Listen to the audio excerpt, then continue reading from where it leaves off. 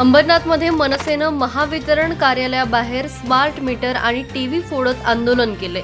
Smart meter सक्तीच्या विरोधात मनसेनं हे आंदोलन केलंय।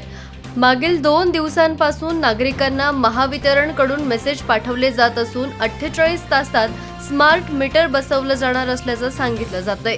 याबाबत नागरिकांमध्ये असलेल्या असंतोषाच्या पार्श्वभूमीवर मनसे शहराध्यक्ष शैलेश शिर्के, बबुल खान, प्रकाश नलावडे आणि विशाल गायकवाड यांच्या नेतृत्वाखाली हे आंदोलन करण्यात आलं।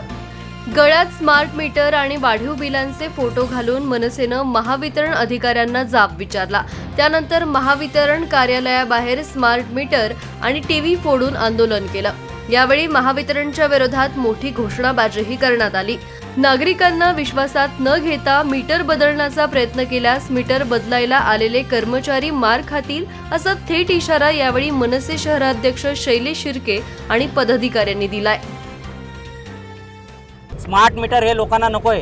स्मार्ट मीटर जबरदस्ती बसवायचं काम सोसायट्यांमध्ये चालू आहे। लोकांची कोणतीही परमिशन न घेता चालू आहे। आम्ही सर्व आज गोष्टी त्यांच्या निदर्शनास आणून दिल्या आणि येत्या 10 दिवसात जर याच्यावर सुधार झाला नाही तर आम्ही कायदा हातात घ्यायचं त्यांच्यासाठी ठरवलेलं आहे। आणि उद्यापासून आमचा रोज एक माणूस इथं टेबल टाकून बसून लोकांच्या समस्या ऐकणार आहे। स्मार्ट मीटरचा हद्दपार करणारच आहे आम्ही, पण कोणत्याही लोकांची जी मीटर जबरदस्ती काढून लावलेत त्यांच्यावर पोलिसांना पण सांगितलं आहे का तुम्हाला वैयक्तिक जर कोणी कंप्लेंट केली तर ती कंप्लेंट तुम्ही घ्या, कारण ती एक प्रकारची चोरी आहे। जबरदस्ती कोणाची परवानगी घेतल्याशिवाय कोणी मीटर काढू शकत नाही आणि MSPची लोक काढतात।